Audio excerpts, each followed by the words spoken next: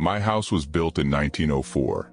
It is a single-family home, wood frame setting on a concrete block foundation. I have been living here for about 12 years. Of all the weird things that my siblings and me have seen or heard in this house, this one event is my favorite. This happened to my brother. About 10 years ago, my brother and his best friends had started a garage band playing mostly Spanish rock, alternative music but in Spanish. His friends could only get together on Sunday afternoons. They would practice into the early evening and they would usually call it quits by 8 p.m. This was the time I usually showed up and went to bed because I worked the graveyard shift. This happened in late fall, so the days were getting shorter. They had just finished a long session when the decision to head to someone else's house came about. My brother handed his car keys to his buddies so they could load up the equipment. Everyone had filed out of the basement, but the tricky part was that they needed to walk all the way to the back of the basement, up the back stairs, through the kitchen doorway, down the hall into the living room and out into the front porch. Everyone was outside sitting in my brother's truck waiting for him. My brother was walking up the back stairs when he remembered that he had left his pancakes in a to-go container sitting on a speaker in the basement.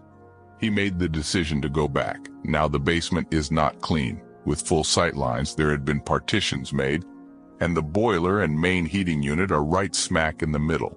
So after my brother walks back, he is about to retrieve his food container, when out of the corner of his eye, he sees it.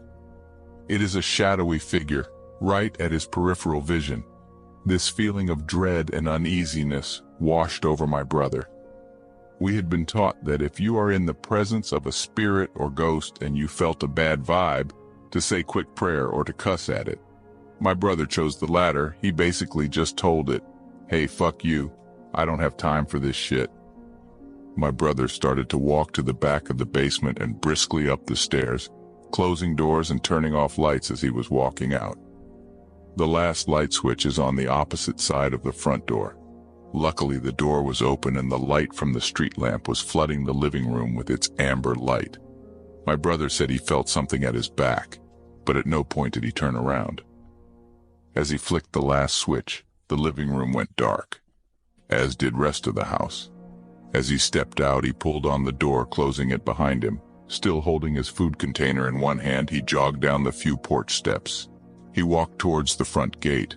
Our house resides far from the main street, essentially having a large front yard but no rear garage.